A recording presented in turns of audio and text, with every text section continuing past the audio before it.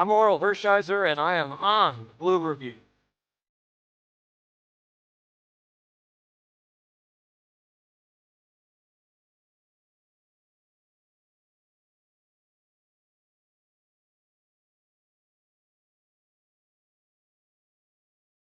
Hey, this is Sean Green. You're watching the Blue Review.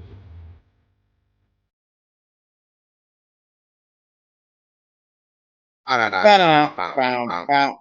Ring. Hey, lots of lasers. It's a All in one dang, inning. it's a dang laser storm, is what it is. Welcome to the Blue Review on Wednesday morning, presented by LAX. Well, the Blue Review is presented by LAX, not necessarily Wednesday morning. I'm Marcas Grant. It can be if you want it to be. Sure, why not? I'm Marcas Grant. That is Greg Bergman, and yeah, we got a lot to talk about. Mostly one particular inning, but there's a lot happening in last night's game. Absolutely, that inning was just crazy. And it all started with the fans. The fans did it to themselves, chanting "Shohei sucks" and overrated. It was on you guys. It was on you, Yinzers. Yinzer's gonna go down after you start making fun of Shohei, eh? Yinzer's got to wear that one for a while. So, yeah, for sure. So, we'll get into that and plenty more. But first, I want to let you know the Blue Review is powered by LAX. What does it take to build a champion? At LAX, it takes round-the-clock testing. Skylink is being perfected right now to connect you to the airport, the new rental car center, and metro in under 10 minutes. For more information, visit lawa.org/ESPN. All right. Well, obviously the Dodgers a huge win yesterday, 12-3, the final score, doing most of their damage in the seventh inning, 10 runs. So this comes, Greg, not too long after they had a 9-run first inning against the Angels on Saturday. Now on Tuesday night, they put together a 10-run seventh inning. Is this more about the Dodger offense, or is this more about Angel and Pirate pitching in those games? You know, I think it's a little bit of both. The Pirates bullpen is a little bit soft. That's something you can get to the Pirate bullpen. It just they were seeing Paul Skenes, who was pitching well. I don't think he was pitching like out of his mind, where I was like, wow, he's the best pitcher I've ever seen, like I normally do. This one, he just felt like a normal pitcher that was just pitching well. Nothing good, nothing bad. But I think it's a little bit of both. I think some of it is the pitching that they saw, and some of it is just that this team is hitting, and it's hitting well right now. It's just finding gaps. It's not a lot of slug either in there. It's a lot of singles. They get some walks. There was an error. I mean, there was the home run from Pages, but besides that, it's just moving guys along and keeping it going. They went 10 the first 9 batters of that seventh inning, and there was 0 outs, and they went all the way up and down the lineup. I thought that was pretty crazy. That was kind of amazing just to see that all happen. And yeah, it started with these Shohei sucks and the overrated chants. And then eventually, next thing you know, Shohei's up there hitting an RBI double. He's driving in a run with a bases loaded walk. It was a whole thing for the Dodgers in that inning. You did make the point, though, and you actually made this point yesterday on the show, too, about Paul Skenes, that he has not been just the dominant force that we were used to seeing, that teams were scoring runs off of him. Teams were hitting him. And I had that feeling watching it last night that, sure, he held the Dodgers to 2 runs and he worked himself out of some spots. But I also at no point felt like the Dodgers were overmatched, where it felt like that happened previously when they've seen Skenes, where he was up there and he's running it up there at about 98, 99 miles an hour. Guys were swinging and missing. It felt like they would be lucky to scratch out a run. In fact, was it last year or 2 years ago where Shohei hit a home run and that was kind of it that they got off of Skenes? I didn't feel like that last night. The guys were having good bats. They were being patient. He had 7 strikeouts, but that's what he does. I mean, that's nothing to really fret about. I think the thing that sort of capped it for me was at one point Alex Freeland stood in there and slapped the base hit to left field. I was like, oh, yeah, they can hit him today. Even if they're not scoring a ton of runs, they're getting guys on base. And yeah, I don't know, I don't want to say that Skenes is having look, he's still throwing 97 miles an hour, but they mentioned it on the broadcast. His average velocity is down about a mile an hour from where it was last year. So he does look kind of like a different guy right now. Yeah, he does. And that's, he's still one of the best pitchers on the planet, but he's having a little bit of a rough time for him. Yep. Now, for somebody else, for like Emmett Sheehan or somebody like that, you're like, oh, what a great outing he had. So it's levels to all this. But put it this way, he had I think 9 pitches in the first inning where he just went right through Shohei, Pages, and Freddie, and that Shohei would ground it. It was a soft grounder. Pages was a soft grounder back to Skenes, and then Freddie had to just took a long at bat, but still was able to it was a fly out to center field. But it was 9 pitches. He ended 6 innings at 103. So he just wasn't efficient with his pitching. And that's kind of what I was noticing yesterday too, when I was looking at his last game stats, is that he is not very efficient with it. He's getting around 100 pitches. And this is 6 innings was the most he had gone in about 5 starts. So he's using a lot of pitches. He's getting into a lot of 3 and 2 counts. And he's just not fully finding it. He's a little bit wild. And I wonder if there's something going on. I don't know. We don't watch this isn't the Pirate review, but I just wonder what's going on with him. But it was for the Dodgers. It was nice to see that they could just like stand in there. Like to your point, Freeland didn't look overmatched. Ward looked a little overmatched. Rushing at times looked overmatched, but Freeland didn't. No, not at all. And so that was really, really good to see. The other part of that is you want to talk about the duality of man. In the first inning, Eric Lauer gets the first 2 outs. Then he gives up back-to-back home runs, just an awful hanging breaking ball to Brian Reynolds, and then just leaves one over the middle of the plate to Ryan O'Hearn that gets crushed. And at that point, I put in the text chat that Eric Lauer might allow me to take the afternoon off pretty early. But after that, he was fantastic. I think he retired the last 12 in a row that he faced. He gave up another single, which was just a fly ball that Andy Pages kind of lost in the sun and Alex Freeland couldn't get to. So it wasn't like a lot of hard contact. Eric Lauer, I owe you an apology. I was not familiar with your game. I'm not going to suddenly say that Eric Lauer is just a lock for the rotation. I still think River Ryan gets that spot ultimately in the short term, but credit to Lauer, man. After those home runs, he bounced back and was solid the rest of the way. I mean, I've been with you this entire time. I still believe that if he's in the rotation in July, something went wrong, but I can't. He's been really good through his first 3 starts. He's not giving up runs. He's getting strikeouts. He looks like the guy kind of that we saw when he was in Milwaukee. And you're like, oh, that guy was actually pretty decent. And a little bit last year with Toronto. I got to give it up to him. Can't kill him too much because he's been good. He didn't get the win in this game, I don't believe. No, he did not. No, Klein did. After weird, we can talk about Klein, where he was out for like an hour and then came back in just mowing dudes down at 100 miles an hour. But Eric Lauer, everything that you kind of were hoping that he would be as just a spot starter, and he's been good. That's what's going on with this rotation right now. This rotation is just good. The only one that wasn't good was Sheehan on Sunday, and that's it. Everybody, Roki, Robleski, Otani, Yamamoto. It doesn't matter who they put out there. They're just going 6 or 7 innings every single game. It's crazy. Yeah, I'm trying to do the math right now. In his 3 starts with the Dodgers, 5 earned runs in 16 and a third innings. Do the math. That's a 2.75 ERA. Wow. In 3 starts. That you'll take that all day, especially from a guy that you were adding just to eat innings and to take a few starts here. And he's been good enough to keep you in games. He got a win in that. In fact, the Dodgers have won all 3 of his starts so far with the team. So shout out to Eric Lauer. Absolutely wild. You said it the best. I was not familiar with your game. Like, good for you, man. Good for you. Shut me up. I love it. It's fantastic. Shout out to Eric Lauer, who has been very productive. And you know what? Again, he's going to be that guy if the Dodgers win the World Series this year, that next year he'll either be on another roster or he'll stop by the ballpark randomly and he'll get his World Series ring. And we'll be like, yeah, remember those Eric Lauer starts? Like that was something, huh? Remember that guy? Remember that guy?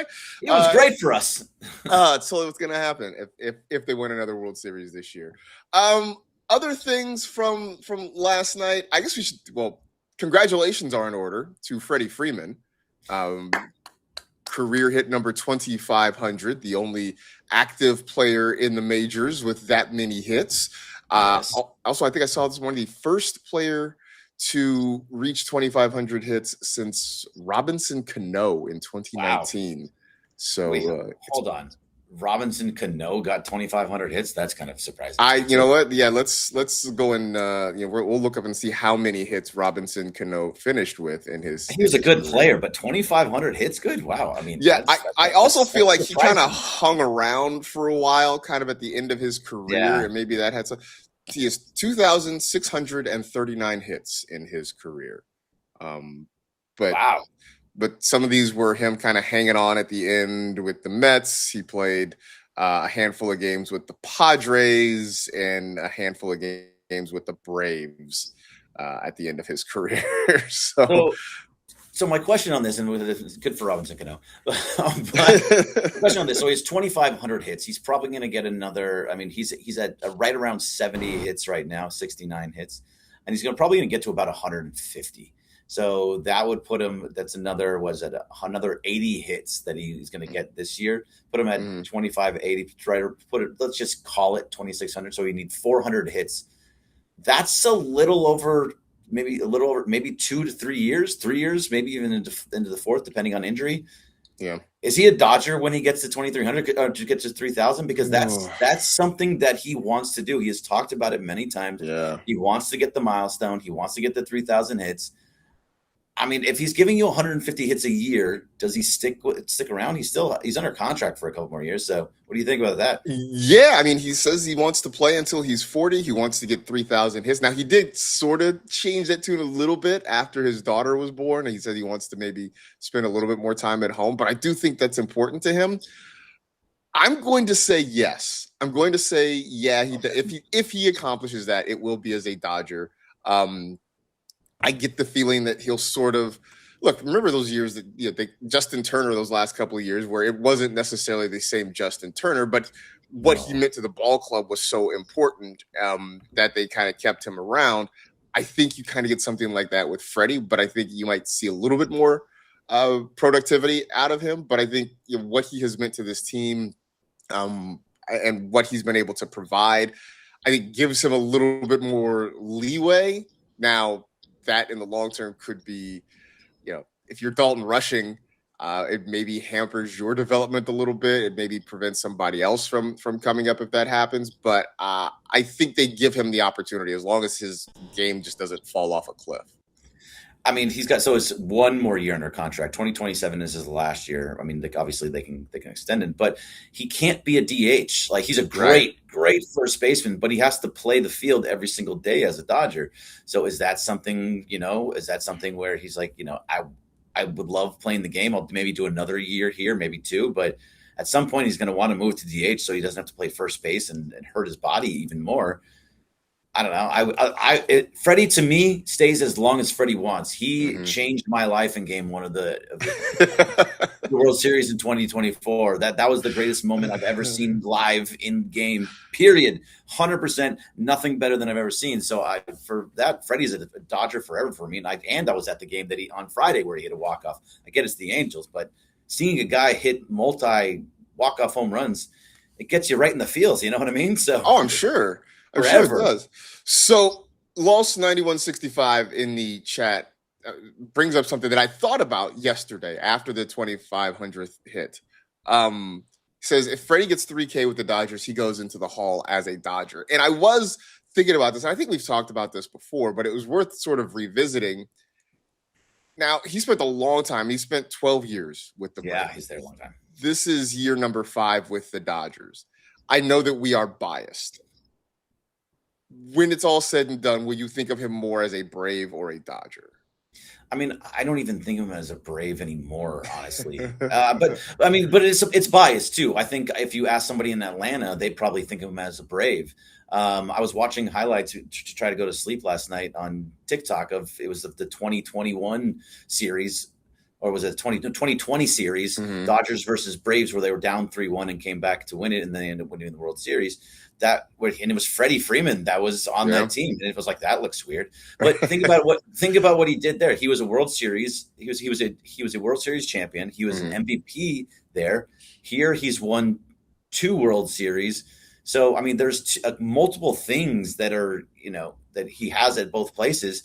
The longevity of Atlanta, I think probably he goes in as a Brave, but the more he does here, I don't know. I think he goes in as a Dodger because he's going to end up doing more, being a part of probably the greatest roster in the history of the game. Yeah, and being a big part of that too, not just some nonsense. Well, you talk about him winning 2 World Series. He was also the World Series MVP in 2024 too. On top of it, I mean, he had the walk-off grand slam. He had home runs in his first three games of the World Series. I think it was. That was insane. Right? That was so like there is a strong case for him to go in as a Dodger. I think the longevity might end up winning out at this point. Now, but so if I remember right, it's no longer the player's choice, correct? Like the player doesn't get to choose anymore because Wade Boggs ruined that. I don't think so. I think Wade Boggs ruined it for everybody when he basically auctioned it off to the highest bidder. But that shouldn't be the reason that they don't do it. You should be able to choose what team you go in as. Like I'm pretty sure that Mike Piazza's a Met in there, right? He's not a Dodger. Yeah, I wanted him to go in as a Marlin. But that was just okay. That's fine. Let him I just wanted him to go in as a I'm not a Piazza fan anymore. After he took shots at Ben and the fan. At Finn. That was it. He was pretty much dead to us. But yeah, I mean, for the week that he spent with the Marlins, that I felt like he should go in with that. Let's see. But you should be able to choose, no? Like if you're going to do the Hall of Fame, you should be able to choose where you want to be. I would think so. Or we just do away with them wearing the hat in the plaque or whatever, so that way guys, especially now that guys play for multiple teams. It was one thing when long ago when guys just stayed with a team for the entirety of their careers. I mean, Willie Mays is always going to be a Giant, and Sandy Koufax is always a Dodger, whatever. But like now, even stars play with multiple teams across their career, so it's become a little bit different. So I don't know. Mookie goes in as a Dodger, right? There's no chance he goes in anything else. Well, he's been with the Dodgers longer than he's been with the Red Sox, so I think at this point, and he got 3 World Series rings with the Dodgers. He got 1 with the with Boston. So yeah, I think he absolutely goes in as a Dodger when it's all said and done. So yeah, I don't know. Just ask about that. Another question. This one from Share Bear in the chat. Is Dalton dirty? Just asking. Dalton Rushing was at it again yesterday with a slide that was more than questionable. In fact, it ended up leading to Alex Freeland being called out on a double play because he went well wide of the second base bag to try and take out the Pirates infielder who was trying to turn a double play. Again, admitting bias here. I don't know that I call him dirty, but he is a little, how do we say? He's a little bit of a chapper, right? Like he's one to, chapper. That's good. I like that. He's a little bit of a chapper, He's gonna get out there and he's gonna do things to push other teams' buttons.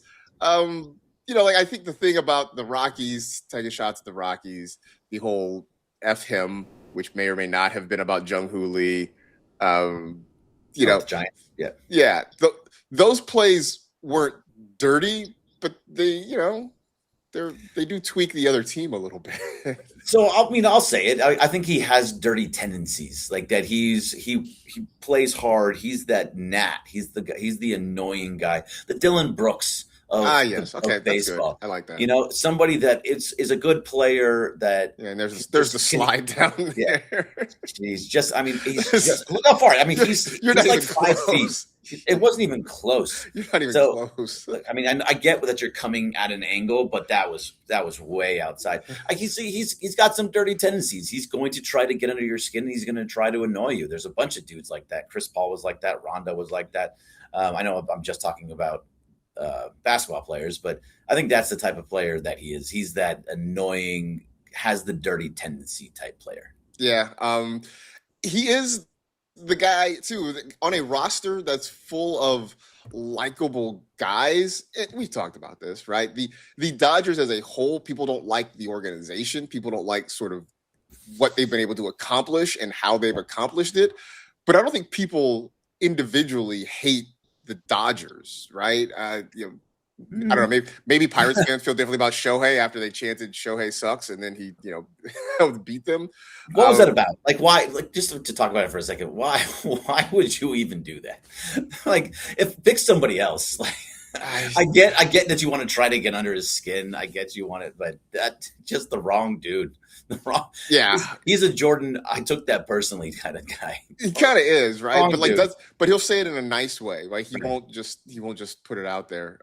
Yeah, I don't know why I they did appreciate you saying that you don't like me, but I'm going to show you that I'm very good. Right, exactly. It's the old SNL skit. It's like a point counterpoint where Seth Meyers was like, Derek Jeter sucks, and Derek Jeter's like, I don't. Like that's the whole thing, right? Yeah, it's just I don't know why they did it. And Dalton Rushing though is the guy that he's sort of he is the villain of the team. Not like in the way that you and I talk about having a villain, but he's the guy that he is the bad guy. He should change his walk-up song to Billie Eilish's "Bad Guy" because that's kind of who he has become on this team. And in some ways, maybe it's good. Like I think as long as it doesn't blow back on other guys, it's nice having that guy with an edge. I think is kind of nice. Yeah, I mean, there's a little bit. And by the way, I love that he should lean fully into it. Play "Bad Guy" as his walk-up song. That would be incredible. But there was also a video later on that I was seeing that Freddie Freeman, when he got to second base, was apologizing. Yeah, he's like, hey, don't worry about it. That guy. It's just Dalton. He's just doing his thing there.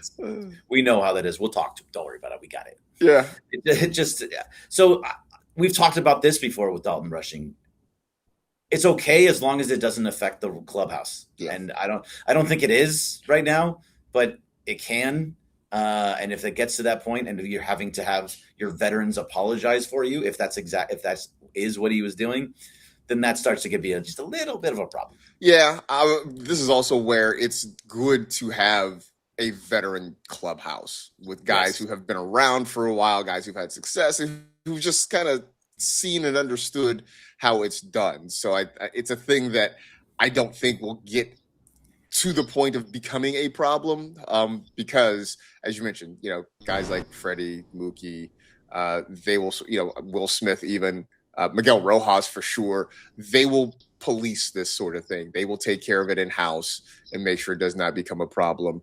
Part of me sort of laughed when I saw that slide because even in real time, I'm like, dude, you weren't even close to the bag. Like, what are we doing here? So yeah, that's just a little bit, just a bit outside. Just a bit outside. All right. So tonight's game 2 of the 3-game series between the Pirates and the Dodgers. Shohei Day. It is Shohei Day for the Dodgers. First pitch at 3:40. Pacific time, that is. It'll be Shohei Ohtani going against Jared Jones, the young Pirate prospect. So we'll see. It's supposed to be the next big thing for the Pirates. Right now, 1-0, an ERA of 4.82. I believe he's only made 2 starts so far this season. So we'll see what he has against the Dodgers. And of course, we'll be back here to talk about it tomorrow morning. Thanks to everybody in the chat for hanging out with us. Thanks to Brooke for production assistance as well. Stick around for the Sedano and Cap morning extravaganza coming up right after us. In the meantime, that'll do it for this edition of the Blue Review presented by LAX. For Greg Bergman, I'm Marcas Grant. We'll see you tomorrow, 6:30 to 6:55 here on the ESPN LA YouTube channel. See ya.